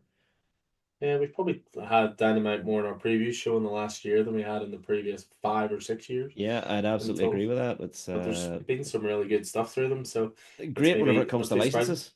Yeah, Yeah, no, they definitely do license stuff well, and they get good creators on it as well. yeah, So absolutely. nice to So, see. Image then, Yeah, shall well, I we? mean, I've certainly mentioned in the intro, there's some really, really good image stuff here. I mean, there's some great number ones. There's a couple of jumping on points. There's the finale to a series, which, started quite a number of years ago, Yeah. and some nice collected editions as well. So So kick let's us get into off. it. So yeah, we're kicking off Image with the return of a hero that was created by one of Image's founders, Mark Silvestri.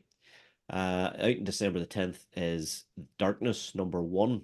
In a world consumed by shadows, one man becomes the darkness. Jackie Estacado is back, thrust into a supernatural war between the dark and the light, in a no-holds-barred adventure where the edge of our reality grinds against the supernatural forces grappling for control over each other and the waking world. Mafia hitman Jackie Estacada has both blessed and cursed was both blessed and cursed on his 21st birthday when he became the bearer of the darkness, an element of force that allows him to wield those who wield it access to another worldly dimension and control over the demons who dwell there. Forces in the world rise up to face Jackie and the evil his gift represents. There's only one small problem in this story: evil is good. From co-creator Mark Silvestri, The Darkness, Cyberforce, Batman and the Joker, The Deadly Duo, with universe-shattering first-issue art by Ed Benez of Birds of Prey, Superman, Justice League of America, followed in issue 2 with ongoing series artist Raymond Gay, who Gunslinger Spawn, Bloodletter, Teenage Mutant Ninja Turtles, and Medieval Spawn comes an explosive new era of the darkness. That's 48 pages. Might pick it up for a look. What do you reckon? Yeah, I'll definitely give it the first couple of issues. My introduction to Darkness was actually through like it was an old Xbox 360 game, Oh which was yeah. great. Really, really good. I wasn't as much into my indie comics back then as I certainly would be now, but I do like the mythology around the Darkness. I do like Mark Silvestri a lot. I really enjoyed that Batman Joker Deadly Duo. I thought that was great. Uh-huh. So I'll definitely pick up issue one and probably issue two. It's nice to see it's a oversized issue one as well, 48 pages, so plenty to sink the teeth into there. But speaking about oversized, this is probably my most anticipated Yep. Image one. And the more words that come out of my mouth describing this, it will be Keith's favorite one as well for many different reasons.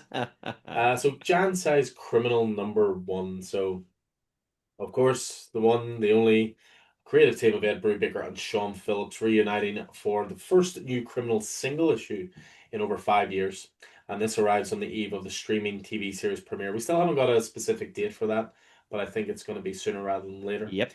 This oversized annual style issue is packed with everything criminal fans love from Brubaker and Phillips and much more. Headlining the issue is a novella-length story starring fan favorite character Ricky Lawless, a major player in the upcoming TV adaptation, as he goes solo on his latest heist. What could possibly go wrong? But Keith, that's just the beginning. Oh, You also get a criminal tabletop RPG module written by Kieran Gillen and What? illustrated by Sean Phillips. Behind the scenes insights into the Criminal TV series from showrunner Brubaker himself, a fully illustrated guide to the world of Criminal and its key characters.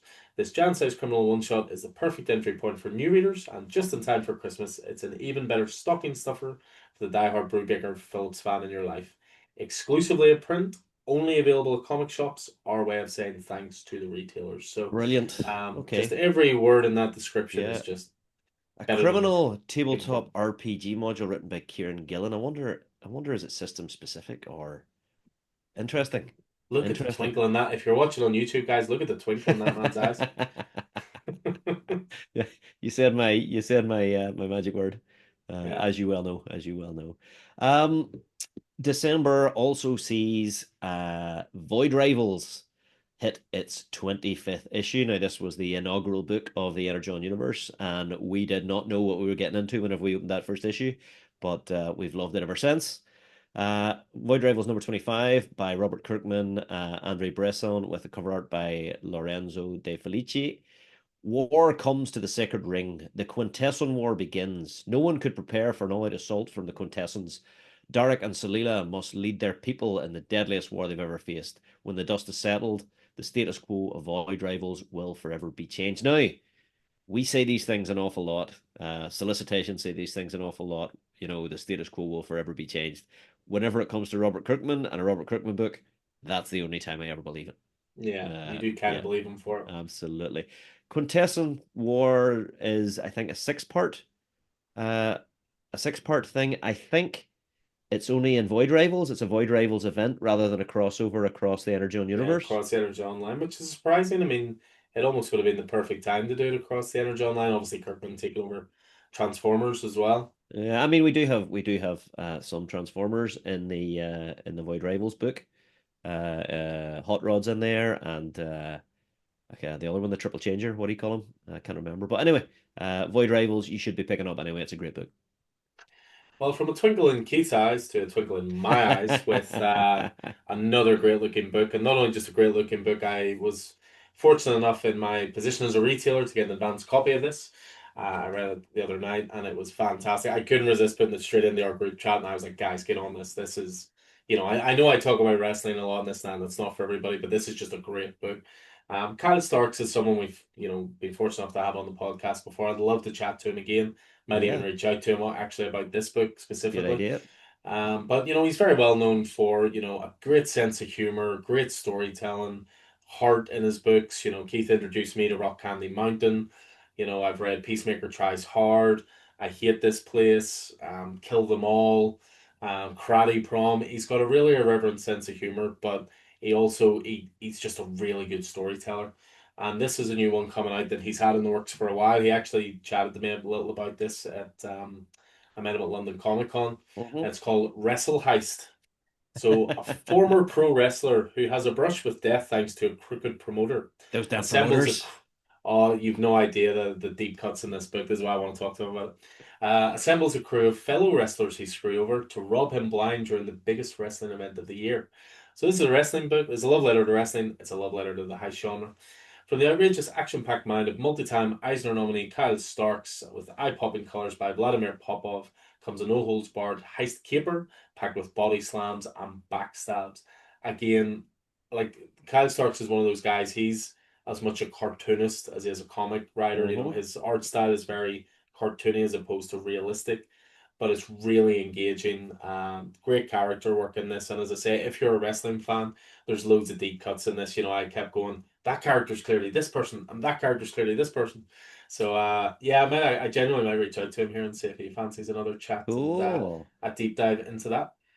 Plenty going on as we scan through the rest of Image, including The Amazing Spider-Man by Steve Ditko, Artist Edition, which is a hardcover It's coming in at interesting that the. that's printed through Image. Normally, IDW do those artist editions. Yeah, it is interesting, but that's the Artist Edition featuring the Web Slinger's very first appearance in Amazing Fantasy 15, three more incredible complete stories in 2026 and 33, regarded as the apex of Ditko's finest in Spider-Man, and then rarely seen pencil art for number 31 scanned for more than 20 issues. So looks quite good, of course. sort of crisis events continues with number 7, Blood and Thunder, Kirkman's other creation, written by Benito Cereno, continues to number 8. We've got various Spawn books. We have the second issue of the second series of Die Loaded, and the party has split. You never split the party. What are you doing, Kieran? Escape number 5 from Drama, Rick. Keith, drama. Yeah, Escape number 5, the World War II anthropomorphic animal book from Rick Remender is out. Everything Dead and Dying from Tate Bromble and Jacob Phillips. The first issue of that was Slight weird but aside, have you read good. Escape number 2 yet? I haven't. I'm a little behind, but I'll get there. I'll get there. That book is Um, glorious. Exquisite Corpses, one of our favorite books from Another great Image, book. Yeah. one of our favorite books from comics at the minute, is hitting number 8. And we've got, of course, G.I. Joe in the middle of the Dreadnought War with issue 15 and 16. That's going particularly well. But what I wanted to oh, Kea has another solo. You know, they have the standalone issues between Yeah. arcs. Has another solo coming out. I thought that was what the Colossal Kea was doing, but Colossal, I think, is more of a sort of one-off special because it's different artist contributions and different storytellers' interpretations of story in that world. But I think Wes Craig is just continuing with the interlude one-shots himself. I mean, when I noticed in the solicitation here, because it's up into the 30s, isn't it? Like that's really to be commended in this day and age because so many independent books run unless they have like a Robert Kirkman name attached to them yep, or it's in like the Energon universe or whatever. yep, Very few independent books make it to this issue or this number of issues. I yeah, mean, I love Kai. I think it's great, and yeah. I'm Very looking much forward to a enjoying wee it. reread of it when it all Yeah, sort of click. absolutely.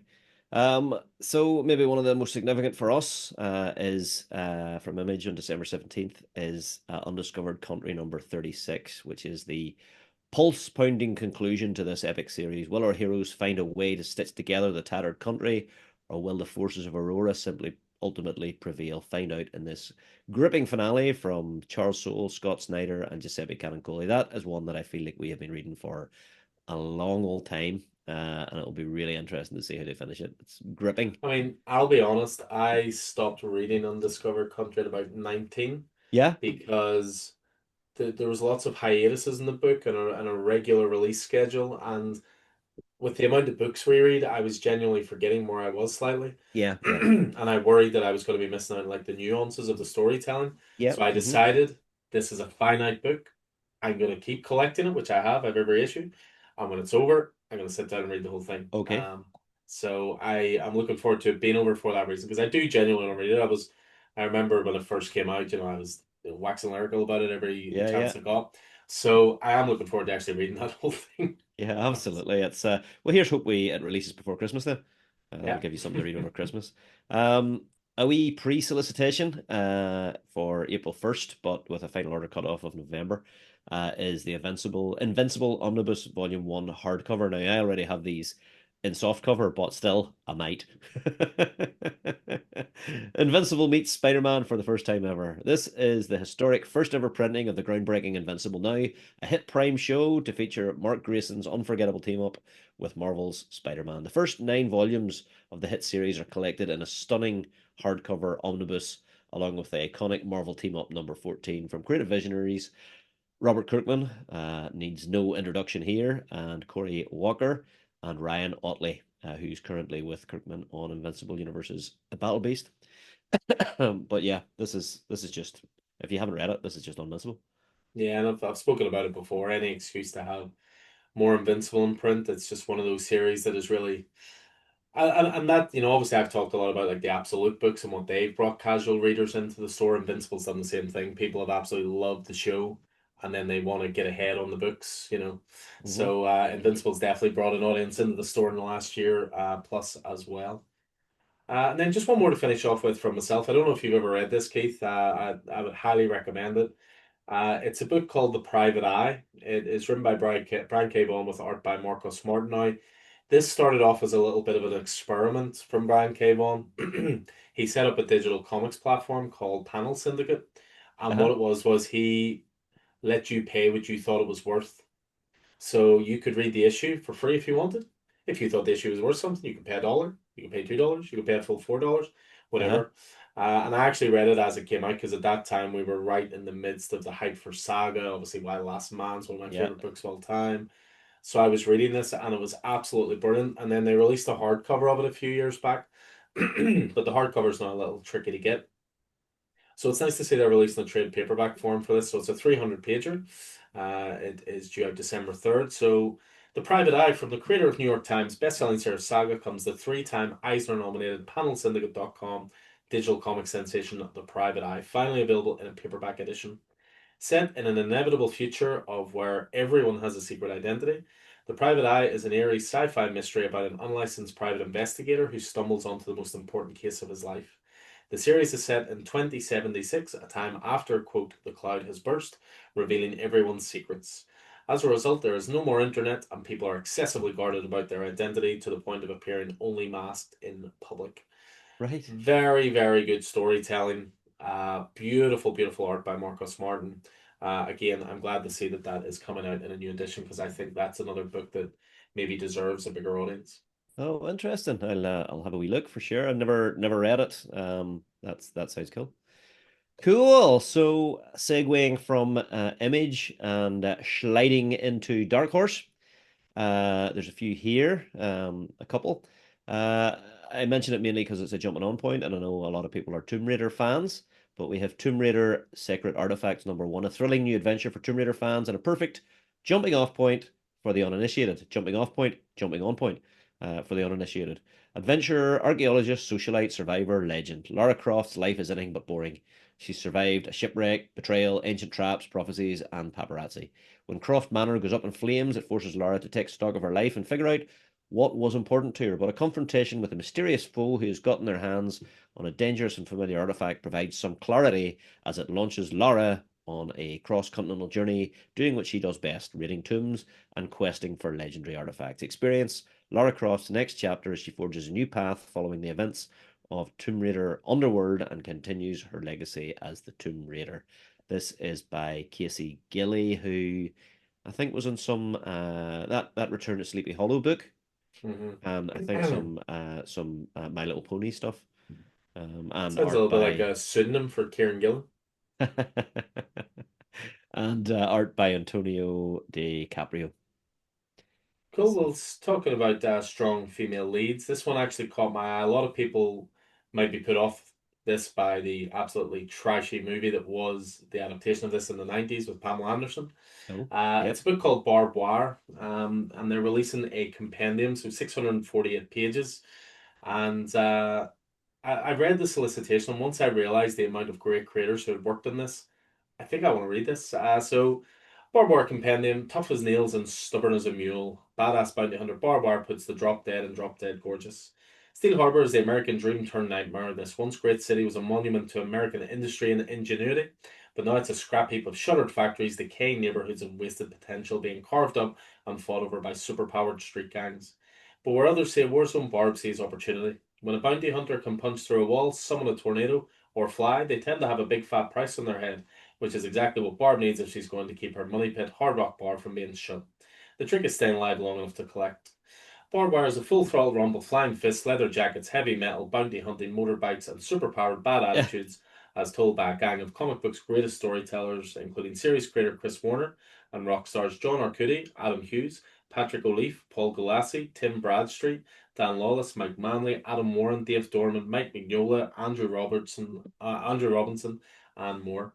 This Wow. definitive collection features comics' greatest world, Steel Harbor Week 1, Barbed Wire comics week 2, week 3, week 4, Barbed Wire 1 to 9, San Diego Comic Con comics, Ace of Spades miniseries, Volume 2, 1 to 8, and as a bonus, well, maybe not a bonus, the movie adaptation comic. The movie is not good, like, but that actually sounds really class. And as I say, some of the creators involved there Oh yeah, are yeah, genuinely have absolutely. my attention. So, Big style. plus any post-apocalyptic stuff, I just always love as well. So, the American Dream turned nightmare just is a great byline that I think just catches the eye. So away from that and on to a glorious hardcover edition for again one of the best books of recent times. Dark Horse have started doing these oversized hardcovers quite a bit. They've really showcased the Mark Miller books recently, doing those sort of editions, but they've also done big ones for the likes of Umbrella Academy Mm. as well. So what's getting the deluxe edition is Helen of Windhorn. So this is from the Supergirl Team of Tomorrow team of Tom Keene and Bilquis Evely. From the Eisner Award-winning and best-selling creative team, the source of the upcoming... Oh, no, well, I just said Supergirl, so I was going to say it again. Comes this gothic sword and sorcery graphic novel epic that's Conan the Barbarian meets Wizard of Oz. What a Mm. pitch. Now collected for the first time as an oversized deluxe hardcover edition in a beautiful slipcase and with brand new bonus materials. Following the tragic death of her late father, C.K. Cole, the esteemed pulp writer and creator of the popular warrior character Otha, Helen Cole is called back to her grandfather's enormous and illustrious estate, Windhorn House. Scarred by Cole's untimely passing and lost in a new strange world, Helen wreaks drunken havoc upon her arrival. However, her chaotic ways begin to soften as she discovers a lifetime of secrets hiding within the myriad rooms and hallways of the expansive manor. For outside its walls, within the woods, dwell the legendary adventures that once were locked away within her father's stories. Collects the hit series Helen of Windhorn 1 to 6, Brilliant. features a sketchbook section of bonus art by Walt Simonson, Greg Smallwood, Clay Mann, Elsa Chartier, Tula Lotte, Massimo Carnevale, Fabio Moon, and Jill Thompson. This volume collects the entirety of Helen of Windhorn in a deluxe and oversized hardcover edition in a slipcase with a book ribbon and brand new bonus sketchbook materials. So, yeah, if ever there was a book that deserved to be, have the art blown up, this is definitely up there. Ooh, very cool. Very, I mean, really one of the finest books that have been released over the last few years. Yeah. Thoroughly enjoyed that. One that might interest you merely because of the name involved. Coming out from again a slightly late solicit. It's from Jeff Lemire, The Nobody hardcover, The Invisible Man story, which obviously we're currently seeing retold in Universal Monsters Invisible Man, is retold in a present day rural Canadian town by Eisner Award winning Black Hammer and Sweet Tooth Comics creator Jeff Lemire. The tiny, isolated fishing village of Largemouth never saw much excitement until the arrival of the mysterious stranger that is wrapped head to toe in bandages and wearing weird goggles. He quietly took up residence in the Sleepy Towns Motel. Driven by curiosity, the townsfolk begin to unlock the secrets he holds. Experience Jeff Lemire's reimagining of H.G. Wells' The Invisible Man in this new edition of his long out of print fan favourite graphic novel featuring a brand new cover. That has my interest. Yeah, I mean, I always love Jeff Lemire stuff. He's very much a unique voice in comics, unique art style. He's done a book recently called Minor Arcana, which is very, very good as well. So I'd definitely recommend that. He Have also you did read a that? great, which one? That The Nobody? I haven't, no. I haven't actually heard of that one before, There so I you think are. I'd Yeah. probably pick that up myself. He's done Cool. some great books, Underwater Welder. He did a great book with Scott Snyder called AD After Death, Yeah, which was yeah. very, very good as well. Yeah. I love that. I mean, I love the HG, the original HG Wells Invisible Man story, so that'll be cool. Nice. I mean, speaking of stories and genres that you love, we'll move on to Distillery and a collected edition for one of their best books so far. Obviously, quite a young publisher, but definitely one of their best books so far, and that is The Blood Brothers Mother. This is getting a nice hardcover, and it is from Bran Azarello and Eduardo Risso, the legendary creative team behind the seminal crime series 100 Bullets. In the old American West, three children set off across the wild Texas frontier to rescue their mother, kidnapped by ruthless outlaws who gunned down their preacher father. Throughout their journey, they'll face the harsh elements of an unforgiving landscape, deadly animals hungry for food, merciless bounty hunters, and so much more, all in a relentless quest to rescue their family. Along the way, they'll learn the terrible cost of revenge, not just in lives, but in how it stains a soul. While revenge may be satisfying in the moment, it leaves a yearning behind that lasts a lifetime. And once you taste it, nothing else is ever so sweet. In the tradition of the Searchers and the Outlaw of Josie Wales comes a brutal new Western series from writer Bran Azzarello and artist Eduardo Risso for fans of 1883, Blood Meridian, and the Good, the Bad, and the Ugly. So Cool. definitely worth jumping onto that. Really, really good book. Great. Um, Sounds cool. So, we're obviously going to skip Mad Cave because currently we can't get a lot of Mad Cave stuff in the UK, despite the fact they have some cool stuff coming out with a new Defenders of the Earth series and the Phantom There's a Speed Racer book as well. on the Looks Speed really Racer good. book. I managed to pick up some of the trades. I was able to get them through more regular routes. They seem to be more gettable here than the floppies are. But hopefully, whenever this diamond stuff is all resolve, maybe we'll find a way, Yeah, fingers because they're crossed. doing some cool stuff. But we'll flip through Mad Cave and on to Bad Idea, which appears to be a bit of a rising publisher. So released on December the 10th is a book called Habitat. Number one Eisner Award nominated Joshua Dysart of Unknown Soldier combines his powers with world-renowned comic artist David Lapham of Stray Bullets, comic book legend Bill Sienkiewicz, New Mutants, and award-winning colorists Bill Crabtree, Invincible, and Matt Hollingsworth, Batman, to present a groundbreaking horror tour de force. Mercurial billionaire Tuttle Barrows prepared for everything, given the end of the world, even the end of the world. Years ago, he wielded his immense power and fortune to build a massive sealed habitat atop a once protected ancient freshwater glacial cave. Now, as the world outside unravels, Barrows, his family, and a hand picked inner circle retreat to their final sanctuary, a place built to outlast civilization itself. But something was already there. Beneath layers of ice in the ancient freshwater vault, a long dormant danger lurks. Whilst hallucinations twist their reality and violence spreads like fever, they must descend deeper or risk their last refuge becoming a tomb. That sounds a wee bit thing, doesn't it? Yeah, definitely bad idea stuff I've been really enjoying so far. I mean, Planet Death is awesome. I was reading one the other day called Survive, which was very good as well. So Bad Idea are definitely one of those publishers to keep an eye on, and they're producing some really good stuff at the moment. Okay, well we'll maybe finish our journey through December 2025 releases with a dip into Titan Comics. Titan Comics are, of course, the publisher of Conan. Good, because it would have been bad if we had finished the podcast without mentioning Conan, really, wouldn't it? I know, I mean, we're not going to spotlight Conan, but you should get him Conan, guys. It's great. Yeah, As absolutely. if you don't know this already. Yeah, and we've got the finish of Scourge of the Serpent, I think, in Mhm. December, and second issue of Savage Sword of Conan Reforged. But anyway, what I wanted to talk about in Titan is actually a hardcover of another one of Robert E. Howard's creations, who has more recently been in the spotlight with Patrick Zircher's Solomon Kane book. So what I'd like to talk about is Solomon Kane, the original comics omnibus volume 1 hardcover, the world's mightiest 16th century puritanical adventure. From the genius mind of Robert E. Howard, creator of Conan the Barbarian, comes another sword and sorcery legend, Solomon Kane. Set in the 16th century, Kane is a Puritan avenger roaming the known world on a quest to combat the forces of darkness in all its forms. Set in the 16th, 17th century, Solomon Kane, oft described as a living weapon of God, is described as a tall, thin, dour, one man war machine traveling the world, spreading the good word and delivering vengeance and wrath upon the evil and corrupt. From devil worshipping devotees to pirates, cannibals, demons, werewolves, and vampires, this collection spans 15 years and collects over 600 pages of job busting action. Solomon Kane first appeared in the legendary magazine Weird Tales back in 1928 and was described by his creator, the legendary Robert E. Howard, as a man born out of time, a strange blending of Puritan and Cavalier with a touch of the ancient philosopher and a touch of the pagan. The knight errant in the sombre clothes of a fanatic, a hunger in his soul drove him on, an urge to right all wrongs, protect all weaker things, avenge all crimes against right and justice.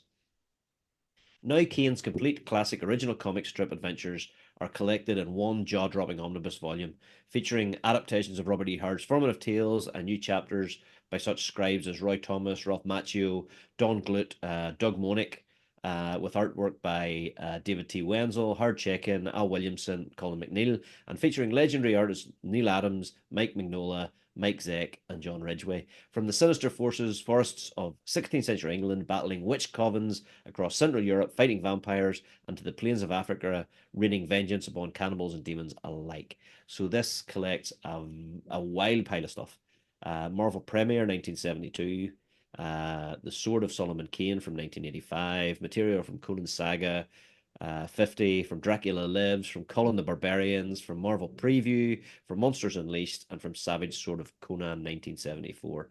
624 pages, hardcover. Whenever something says complete like that, I am kind of all in there. Yeah, I mean, these editions have been great. Titan have been reprinting Conan from the start and Savage Sword from the start. I've been collecting those in omnibus form. I just know I'm going to tuck into those one day, and that's all I'm probably going to read for about 3 weeks. So getting Solomon Kane is probably the right move as well. I mean, Yeah, Titan just and Heroic Signatures, they see the value in what they have with all those old stories. I mean, there's always a place for those sword and sorcery um tales, and especially given the popularity of Conan at the moment with, everything Jim Zub's doing Yeah, and absolutely. everything coming out through Titan. So Yeah, I must actually. It reminds me. I must go back and watch that Solomon Kane movie from. Was it? I think it was about 2011, something like that. yeah, I think it was early 2009. 2000s, I think. Yeah, That it was was James James Purefoy, wasn't it? Purefoy. Yeah, Yeah, it absolutely. wasn't So actually bad. It was one of those movies that the budget wasn't huge on it and they stretched it as far as they possibly could. But, if you just sort of go with it, it is actually rather good. So, yeah, definitely recommended. anything else from you, or are we I all good to think go? that's us. I mean, that's a relatively comprehensive look through the DC, the Marvel, and the independent books. Again, just a reminder, these books are always available in store, so you can always come in for DC and Marvel. Indie, obviously, you got to do a little bit more research for, but that's what we're here for, to do it for you. The cutoff date, as I say, is Friday, the 24th of October. Certainly with some of those bigger advanced lists, like the gorgeous Crisis in Infinite Earths one or Invincible Compendiums or Those are things like that. November's 10s and Yeah, 17s. those are Yeah, always really good ones to let us know nice and early, just so we can guarantee those on release day, because those print runs probably will be quite tight. But yeah, no, pleasure to go through the books with you as always. absolutely, it It's was. got me quite pumped for quite a few things there. And Yeah, absolutely. Yeah, that I might have to dip into that Crisis of Infinite Earth. That might be a thing. I mean, do you own any absolute editions of anything? I I don't don't know. own any Or DC Absolute yeah, editions. I mean, obviously, I've got hardcover omnibuses of various yeah, bits and pieces, but I don't think I have any absolutes, and that would mm, certainly, given the how special that was around that time of Secret Wars and Crisis of Infinite Earth, that definitely be one to invest. And with the George Perez art, that would be yeah. something. No, I can't go Cool. wrong with that. Absolutely. Cool. Well, as I say, guys, anything appeals to you, just get in touch. We can get those added to your pull list, whether it's calling in the store, email us at coffeeandheroes@hotmail.com, message us on Instagram, Twitter, find us on TikTok. There are many avenues to get my attention. So we'll make sure that those books are added for you. But in the meantime, please check out the other videos as well that we have up here. Please like and subscribe if you like what we do. Spread the word. Always, the more people tuning in, the better. And Absolutely.